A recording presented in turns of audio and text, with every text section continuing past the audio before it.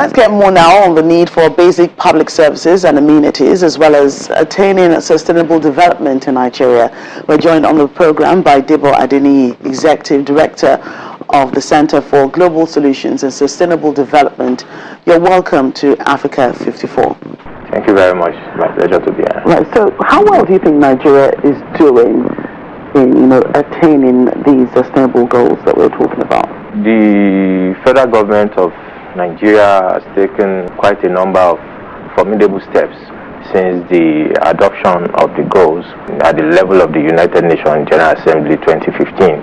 First and foremost, the President established the Office of the Special Assistant to the President on Sustainable Development Goals and appointed Owerelokwe Adefulure.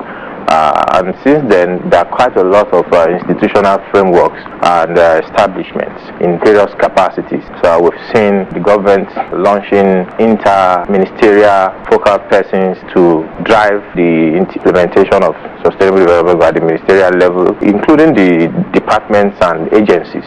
So we've seen at the level of National Assembly committees being set up, both at the Senate and at the House of Representatives. So we've seen the National Development Plan of the country recognizing the Sustainable Development Goals. Right, but it's good to, sometimes to, set up committees and set up bodies to take care of all these things. You can easily see development in urban areas, commercial nerve centers of the country, Lagos State and, other, capital cities in states across the country. But what about rural areas?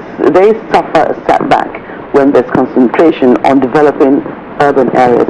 How do we reach them? Oh, well, I think the federal government is trying to capture the poorest of the poor too. That is why the federal government set up the SIP, Social Intervention Program. So that social intervention programs, from it is Empower. The other one that they give 5,000 naira to poorest people.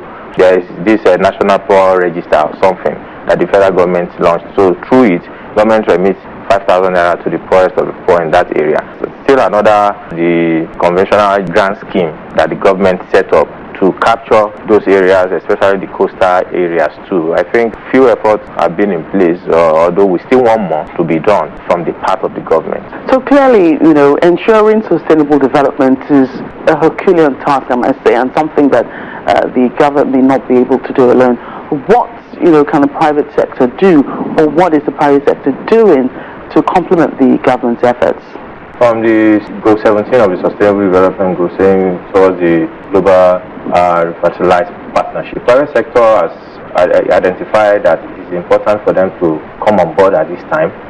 First and foremost, in Nigeria, the government has set up private sector advisory group in conjunction with the private sector, and through that advisory group, some companies have come on board in providing financial support, advisory, roles, and all of that, in ensuring that government is being guided towards the implementation. Seeing individual and few private sector coming on board too in providing support in certain areas like health, education, and all of that. Even the coronavirus that just came, Dangote Group has even donated towards that cause. Yearly, we've seen a lot of even private sector releasing their sustainability reports and linking their activities towards the implementation of the Sustainable Development Goals. And quite a lot of companies released those reports. We read the report. We saw how they were linking on health, on education, on agriculture, on energy, and various areas, showing commitment. And few other organizations have taken initiative. It's a welcome development. The improvement is going to be coming up by the day. Right. Thank you so much for your thoughts on this topic, Debo Adeni. Thank you for talking to us today on Africa 54.